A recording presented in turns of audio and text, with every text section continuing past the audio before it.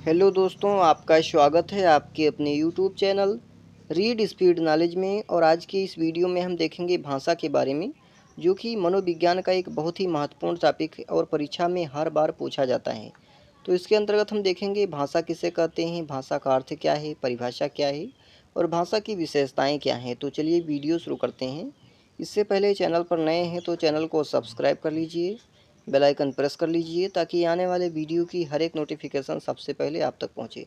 तो चलिए वीडियो शुरू करते हैं और सबसे पहले देख लेते हैं भाषा किसे कहते हैं। भाषा को अंग्रेजी में लैंग्वेज कहते हैं। भाषा को अंग्रेजी भाषा में लैंग्वेज कहते हैं।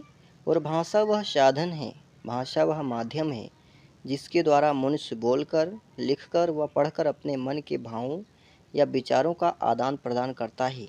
भाषा क्या है? तो भाषा वह साधन है, वह माध्यम है जिसके द्वारा मनुष्य बोल करके, लिख करके व पढ़ करके अपने मन के भाव या विचारों का आदान प्रदान करता है। दूसरे शब्दों में हम कह सकते हैं कि जिसके द्वारा हम अपने भावों को लिखित यानी लिख करके या कथित रूप से यानी कह करके दूसरों को समझा सकें और दूसरों के भावों को समझ सकें, उसे भाषा कहते हैं। अर्थात सार्थक शब्दों के समूह या संकेत को भाषा कहते हैं। यानी कहने का मतलब क्या है कि सार्थक यानी निरर्थक नहीं बल्कि सार्थक शब्दों के समूह या संकेत को ही भाषा कहते हैं। और अब इसके आगे देखेंगे भाषा का अर्थ क्या है। तो भाषा शब्द संस्कृत की भाष धातु से बना है। भाषा शब्द संस्कृत की भाष धातु से बना है जिसका अर्थ बोलना या कहना होता है। जिसका अर्थ बोलना या कहना होता है। भाषा यादृच्छिक वाचिक ध्वनि या संकेतों की वह पद्धति है। भाषा क्या है? तो भाषा यादृच्छिक वाचिक ध्वनि या संकेतों की वह पद्धति है जिसके द्वारा मानव अपने विचारों और भावों का आदान प्रदान करता है, लेन देन करता है। अब आगे देखेंगे भाषा की परिभाषा क्या है।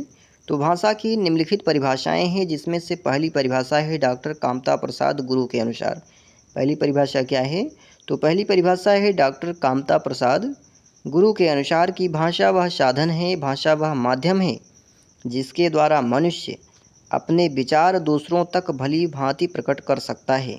जिसके द्वारा मानव अपने विचार दूसरों तक यानी दूसरों के सामने भली भांति यानी भली प्रकार से प्रकट कर सकता है, बता सकता है, उसको जाहिर करा सकता है और दूसरे के विचार स्पष्टतया समझ सकता है और दूसरे उसके बारे में क्या सोचते हैं उसको वो समझ सकता है।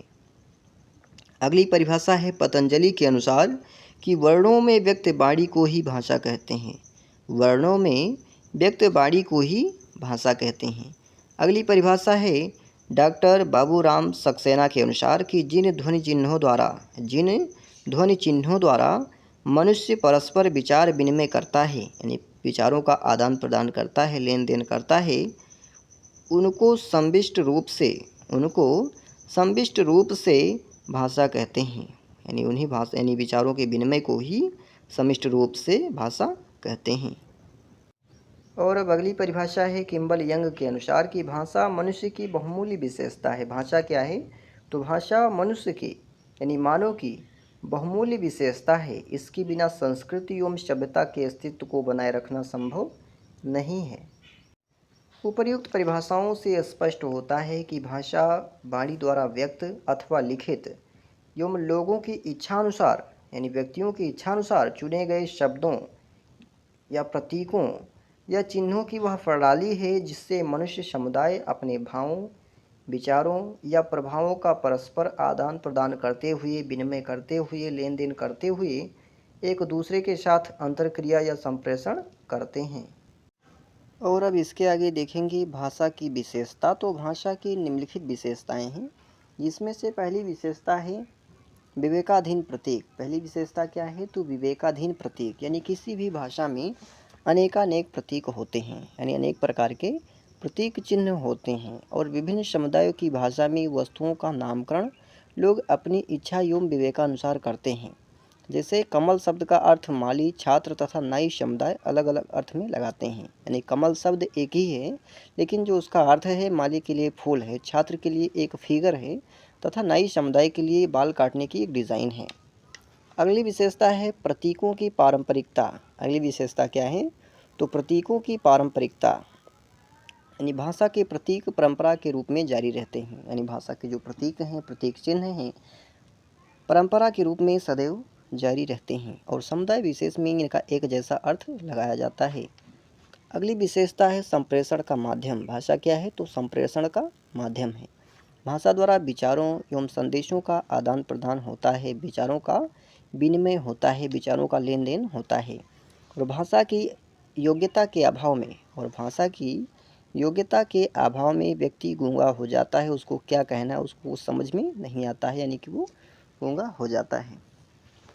अगला है व्याकरण पद्धति। अगला क्या है? तो व्याकरण पद्धति, यानी प्रत्येक भाषा में वाक्य संरचना का निश्चित नियम होता है। कोई भी भाषा हो उसमें वाक्य बनाने का, वाक्य की संरचना का एक निश्चित नियम होता है। जैसे हिंदी में कर्ता, कर्म एवं क्रिया का क्रम रखा गया है, परंतु अंग्रेजी में कर्ता, क्रिया एवं कर्म का क्रम के वाक्यों की रचना की जाती है। यानी अंग्रेजी में क्या है कि अंग्रेजी में पहले कर्ता, फिर क्रिया, फिर कर्म, इस आधार पर वाक्यों की रचना की जाती है। अगला है शब्दार्थ, यानी किसी भी भाषा के शब्दों का अर्थ निश्चित होता है। यानी कोई भी भाषा हो उसके जो शब्द होते हैं उसका जो अर्थ होता है वो निश्चित होता है। अतः जब कोई शब्द बोला जाता है तो श्रोता, ऑडियंस, उससे संबंधित अर्थ को ही समझता है। यानी उससे संबंधित जो अर्थ उसको मालूम है वो वही समझता है। जैसे कुत्ता कहने पर कोई बच्चा कुत्ता ही समझेगा, बिल्ली नहीं समझेगा। और भाषा की अगली विशेषता है शैलीगत पद्धति। यानी भाषा की यह भी एक विशेषता है कि यदि वाक्य की संरचना नियमानुसार नहीं है, यानी वाक्यों की जो संरचना है नियमानुसार नहीं की जाती है तो उसे अशुद्ध माना जाता है, यानी उसको शुद्ध नहीं माना जाता है। जैसे लड़का रखता है एक कलम, लड़का रखता है एक कलम, हिंदी के नियम से देखें तो यह वाक्य अशुद्ध है। हिंदी के नियम से यदि देखा जाए तो यह वाक्य जो लिखा है कि लड़का रखता है एक कलम, तो यह गलत है, अशुद्ध है। यही शैली अंग्रेजी में चलती है, वहाँ यह सही माना जाता है। परंतु यह आवश्यक नहीं है कि शैलीगत पद्धति भाषा की ध्वनिगत, पदगत, वाक्यगत और शब्दार्थगत पद्धतियों के अनुरूप ही हो। वैसे शैलीगत विशेषता महत्वपूर्ण विशेषता नहीं मानी जाती है। यानी शैलीगत जो विशेषता है इसको महत्वपूर्ण विशेषता नहीं मानी जाती है। व्याकरण और शब्दार्थ पद्धतियाँ परस्पर आश्रित होती हैं, यानी एक दूसरे पर आश्रित होती हैं, निर्भर होती हैं। यदि कोई वाक्य नियमानुसार है परंतु उसका अर्थ नहीं निकल रहा है तो वाक्य मान्य नहीं होता है, तो वह वाक्य जो होता है अमान्य होता है, मान्य नहीं होता, उसको नहीं माना जा सकता। अर्थात ध्वनि, शब्द, व्याकरण, अर्थ पद्धतियाँ परस्पर घनिष्ठ रूप से संबंधित होती हैं। तो आज के लिए इतना ही, मिलते हैं किसी और वीडियो में।